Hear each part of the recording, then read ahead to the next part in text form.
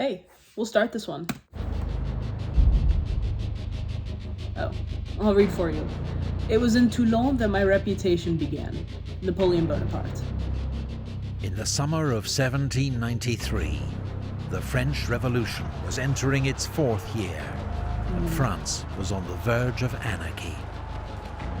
In Paris, political extremists had seized control of the revolution. They guillotined the king, Louis XVI, and imposed a reign of terror that dealt summary justice to all suspected enemies of the revolution. What a time to be alive. Hoping to unify the new republic, France's leaders had declared war on the Habsburg Empire. Inbreds. But the conflict quickly widened, and soon France was facing the combined might of Europe's leading powers, determined to stamp out her dangerous political experiment. Meanwhile, whole regions of France had come out in open revolt, horrified by the new extremism of the revolution. In August, the Republic suffered a further, potentially fatal blow, when the city of Toulon joined the revolt. Toulon was France's largest and most important naval base in the south, home to a third of the entire French Navy. Wow. But now, rebels welcomed their old enemy, the British Royal Navy, into the port, led by Admiral Lord Hood, aboard HMS Victory. It was an extraordinary coup. Without a shot being fired, the Allies had crippled French naval power in the Mediterranean and gained a vital toehold on the French coast. All French forces in the area were immediately diverted to face this new threat and lay siege to the rebel port. 19,000 troops in all. But since most French officers had been aristocrats who were now fleeing the revolution in large numbers, they were seriously short of professional leadership. Their commander, General Jean-François Carteau, was a loyal Republican, but a court painter by trade with no military training. I remember learning that ineptitude from Carteau played a hand in his eventually being relieved of his duties, and then replaced. I think at one point he's also imprisoned, albeit not for very long. Don't quote me on that last part. I'll have to read up on it and get back to you. To make matters worse, one of his few professional officers, his artillery commander, Colonel Martin, had been badly wounded on the approach to Toulon. Enter Napoleon. Antoine Salicetti, a Corsican deputy of the National Convention in Paris, recommended as his replacement a fellow countryman, a 24-year-old artillery officer who was passing Toulon en route to the front, named Napoleonic Bonaparte. 24. Or Bonaparte. I didn't realize that he was only 24 at the time. 24 in modern day would be very young to wield such power. But I also suppose that back then, the average lifespan was shorter. If you know anything about that, let us know. Bonaparte was a professional soldier, but he'd seen almost no active service. Nevertheless, Salicetti was impressed by his manner, and most of all, his politics. Bonaparte had just written a political pamphlet, a short story about a young artillery officer who berates his fellow diners for their disloyalty to the Republic. That's on brand. General Carteau thought it wise to accept Deputy Salicetti's recommendation. He didn't have much say in the matter. One can remain 24 or, if necessary, 36 hours without eating, but one cannot remain 3 minutes without gunpowder. Napoleon. The great port of Toulon was well defended by city walls and a dozen outlying forts and redoubts. They were held by 2,000 British soldiers and sailors, 6,000 Spanish troops, 6,000 Neapolitans, and 800 Sardinians. Artillery would be the key to overcoming these formidable defences. But when Bonaparte was put in command of the artillery on the 16th of September, he found himself with few cannon not enough trained gun crews, and a shortage of gunpowder and shot. With relentless energy and determination, Bonaparte transformed the situation, requisitioning unused guns, training infantrymen to work them, setting up a new forge and workshop, and arranging transport from Marseille of 100,000 sandbags for constructing new batteries.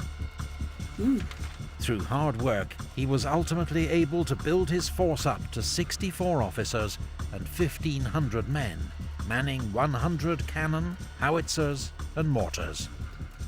What's a howitzer? Is that a sort of cannon? I don't know enough about weapons, I have to say. Within days, Bonaparte had established 2 new forward batteries with good revolutionary names, La Montagne and Sans Culottes, which brought Toulon's inner harbour within range and forced Admiral Hood to move all his ships closer to the port. Bonaparte also came up with a plan, one that would allow the French to bypass most of Toulon's defences and secure the rapid victory the Republic so desperately needed. Bonaparte argued that if Fort L'Aiguillette could be captured, which looked out across the harbour, he could fill it with heavy guns and shell the British and Spanish fleet at anchor. Admiral Hood would be forced to abandon the port and take with him the Allied soldiers that Toulon relied on for its defence. General Carteau saw the merits of Bonaparte's plan, and on the 22nd of September, French forces attacked Montcaire. But to Bonaparte's exasperation, while he'd argued for an attack by 3,000 men, the indecisive Carteau committed only 400. Not only was the attack easily repulsed, but it alerted the Allies to the danger. Within 48 hours they'd reinforced Montcaire with thousands more troops and built a new fort named Fort Mulgrave, bristling with 20 cannon. The position was now so strong, the French nicknamed it Little Gibraltar. Gibraltar. There's only one possible plan, Bonaparte's, General Dugommier, to the Minister of War. Finally, in mid-November, an experienced professional soldier arrived to take command of French forces, General Dugommier. He saw at once that Bonaparte's plan was the only way to take Toulon, and gave it his full backing. Bonaparte, promoted to major, got to work, overseeing construction of several more batteries in preparation for the decisive assault. One forward battery was so exposed to enemy fire that men refused to be sent there. So Bonaparte renamed it La Batterie des Hommes Sans Peur, the battery of men without fear. It's a clever manipulation tactic, reverse psychology. Suddenly, there was no shortage of volunteers. It was an early display of Napoleon's genius for inspiring his soldiers, one that would serve him well in the years ahead. On the 30th of November, the Allied Land Forces commander, British General Charles O'Hara, tried to seize back the initiative, leading an assault on the new French batteries facing Fort Mulgrave. At first the attack was successful. The batteries were overrun, the French guns spiked. But a counterattack with much greater numbers, and led in person by General Dugommier and Major Bonaparte, drove back the Allies.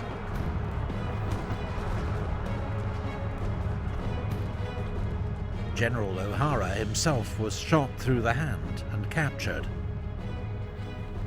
12 years before, he'd surrendered to George Washington at Yorktown during the American War of Independence. Now he got to surrender to Napoleon Bonaparte. That was a subtle dig. Among those who most distinguished themselves and who gave me most help in rallying the men and leading them forward were Citizen Bonaparte, commandant of the artillery, and that's by General Dugommier. French isn't one of my languages, so these words are going to sound silly off my tongue.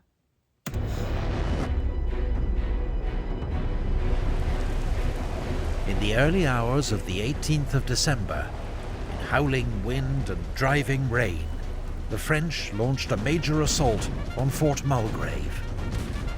The wet conditions made muskets useless except as clubs or with bayonets.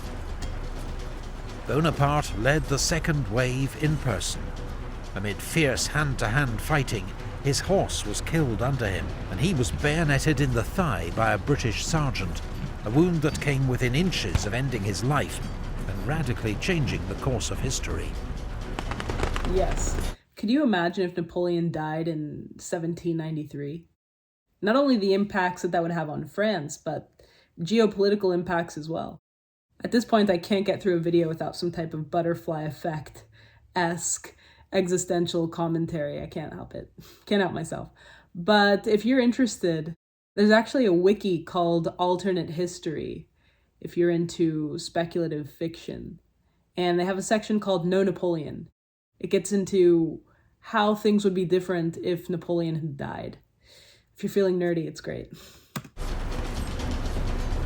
Finally, the Allied garrison was overwhelmed, and Mulgrave fell to the French. Fort L'Aiguillette and Tour de la Balaquière were soon also in French hands.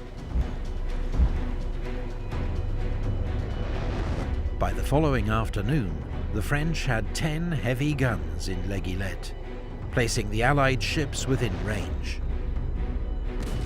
This map is great. Admiral Hood could not expose his valuable ships of the line to such a threat. He had no option but to order an immediate evacuation of the fleet and garrison from Toulon. Small Spanish and British teams raced to destroy all the French ships and naval stores that they couldn't take with them. But amid the chaos of their departure, 18 ships of the line were allowed to fall back into French hands. A badly missed opportunity. Many French citizens of Toulon were desperate to escape aboard the Allied ships, knowing that the Republicans would inflict terrible reprisals on the city. British and Spanish ships took as many as they could, about 14,000 in all, but scores were drowned amid chaotic and desperate scenes. Qué mierda. Others were left to face the wrath of the revolution.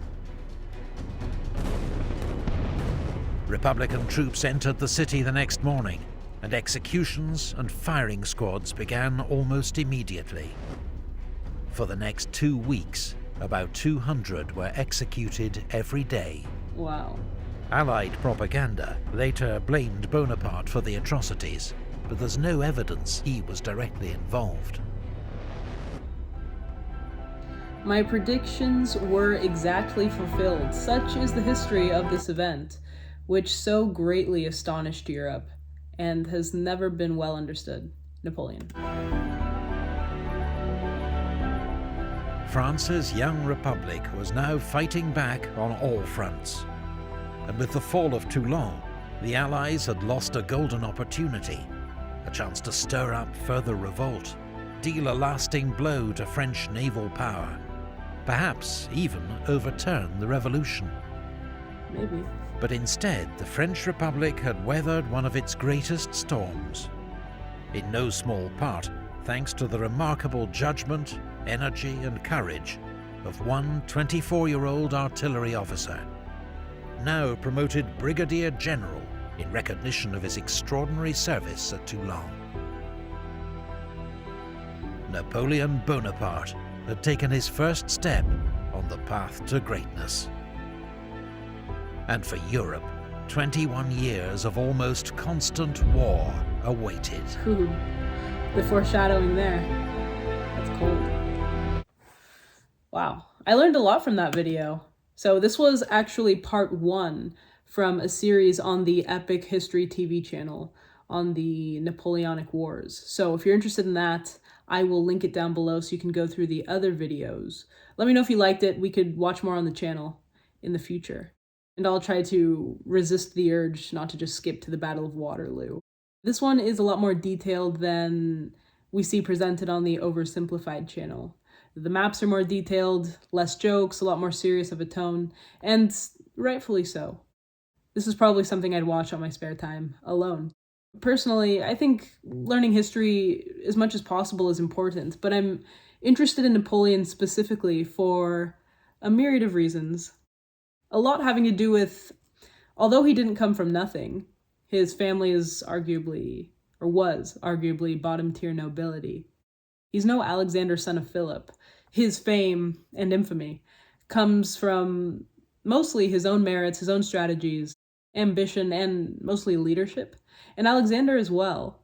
But I'd argue that Alexander was better positioned for success, not only because of his father, but because of his excellent education from Aristotle, in my opinion. So Napoleon's character arc interests me. That being said, he also used propaganda to his advantage, and none of us alive today were there to know how history actually unfolded, but that could be said for the majority of historical events at this point. So if you have a book that is Napoleon specific you want to recommend to the channel, please feel free to do that.